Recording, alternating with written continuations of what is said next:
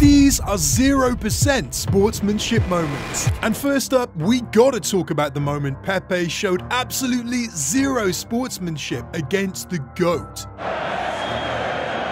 What? Dude purposely stepped on his hand. Even the Barcelona players could not believe Pepe wasn't sent off. But at least Messi was able to continue the game, unlike this fan who needed immediate attention from an ambulance after being knocked out by Steven Berghaus.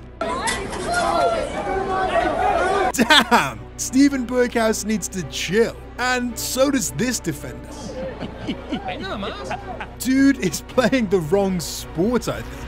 That's just cheeky, bro. But not as cheeky as the moment when Mbappe tried to illegally win a penalty. Oh, get up. Get up. Referee was spot on. Should have given him a yellow card. Give him a yellow for nonsense like that. If you're going to send young boys off like Nico Williams in a friend like that, yellow card him for diving. What? Even the commentator is having none of it. But you know, football players don't just cheat on the pitch, they cheat off the pitch too. Like the time a football player betrayed his own teammate by having an affair with his wife. Damn. But we'll talk about that later, because we need a minute to take a look at this Joey Barton ridiculous foul. Not the sort of help he would want from his former teammate there. Dude, those are not the balls you're supposed to be kicking. But Joey isn't the only one with some unbelievable tactics to annoy his opponent. You know, this Vertonghen moment, man, it's even worse. Now that's just embarrassing. But not as embarrassing as the moment Ronaldo mocked a grown man because of his size.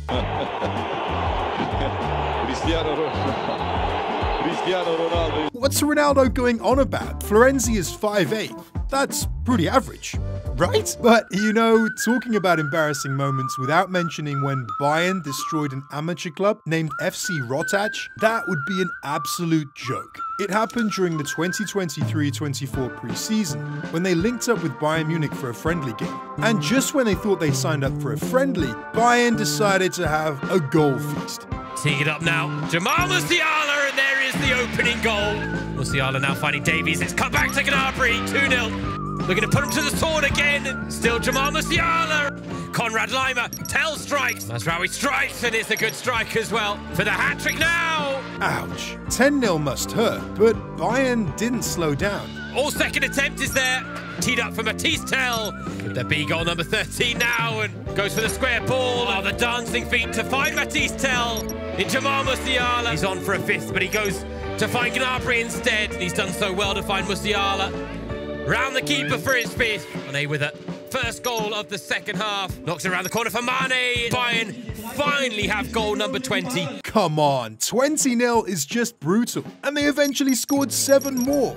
I don't think these guys should quit their day job just yet. And the same goes for this referee, because he appeared to be in such a rush for his day at work that he prematurely ended an incredibly intense game minutes before the official full time. This happened at AFCON 2021, when Tunisia were facing Mali in their first group match. As anticipated, both teams started the game with remarkable vigor, vying for a crucial 3 points. After many minutes, Mali managed to break the deadlock with a penalty in the 48th minute. The game intensified as Tunisia relentlessly sought an equalizer, but the Malian goalkeeper wasn't having any of it and denied every single attempt to find the net. But the Tunisians pressed further, and when they thought they still had some time to grab an equalizer, بشير وكرة ترجع للمنتخب 85 دقيقة يا حبيبي يا حبيبي يا حبيبي. Wait, what? The Tunisian bench erupted as they approached the ref, wanting answers. After some deliberation with his assistants, the ref then decides to resume the game from where he stopped, only to blow the full-time whistle again just 4 minutes later. 7-8 دقائق باش يزيدهم الحكم. شو هذا؟ مش معقول بصراحة.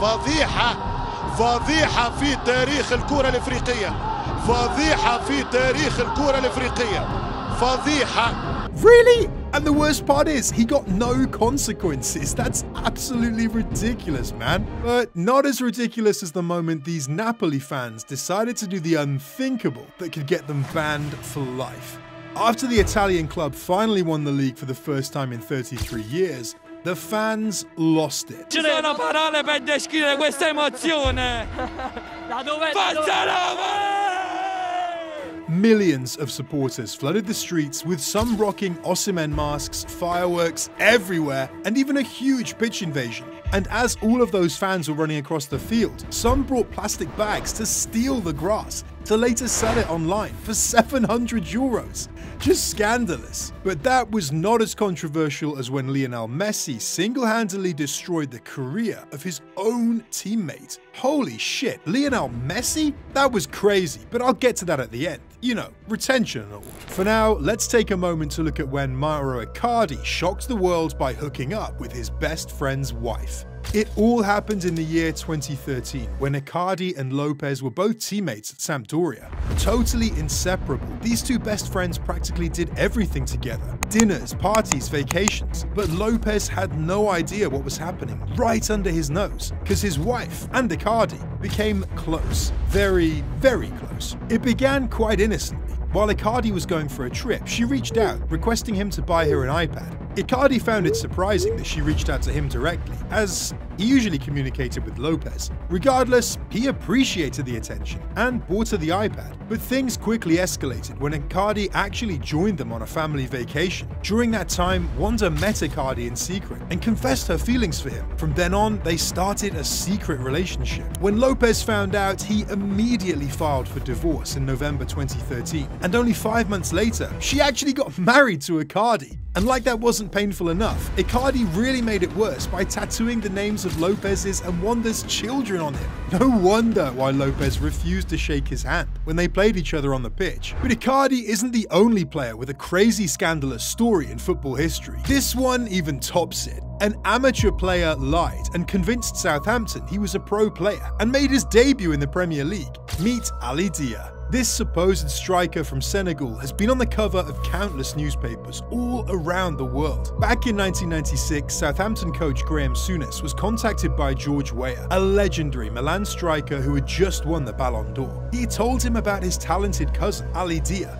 Played with George Weah at Paris Saint-Germain, and last year he was playing in the second division in Germany.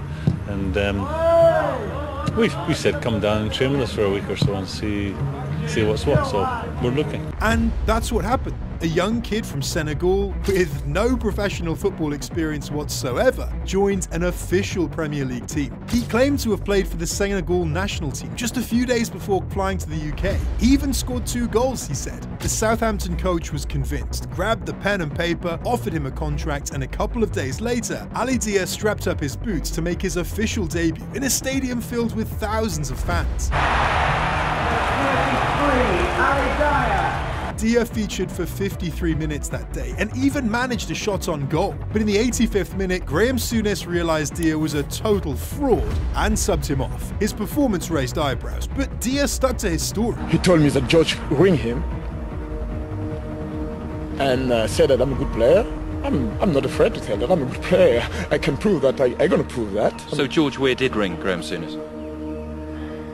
Personally, like I told you, I don't really know. But he wouldn't be able to keep up with the lies for long after people found out he actually played for Blind Spartans, a tiny club struggling in the 6th league. Next thing I knew, I was watching him on Match of the Day and watched him playing for Southampton, which was, you know, pretty unbelievable at the time. So yeah, with 53 minutes of playtime at the highest level and the whole world knowing you lied yourself into Southampton, Dia ran off and disappeared from the spotlight. It's been a mystery where he's gone ever since. Unbelievable.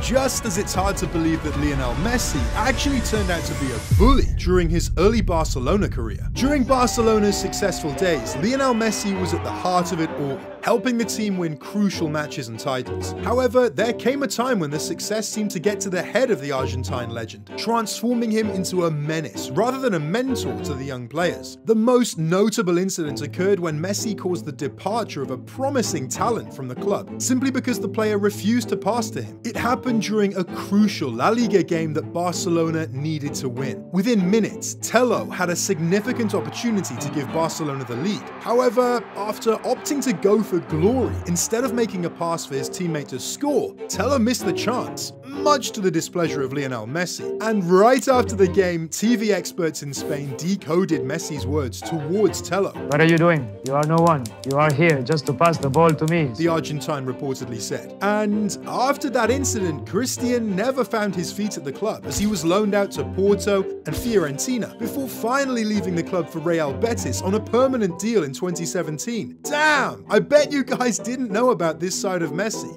But you know what? That's not the only time Messi has disrespected a fellow colleague. Don't believe me? Check out this video for proof.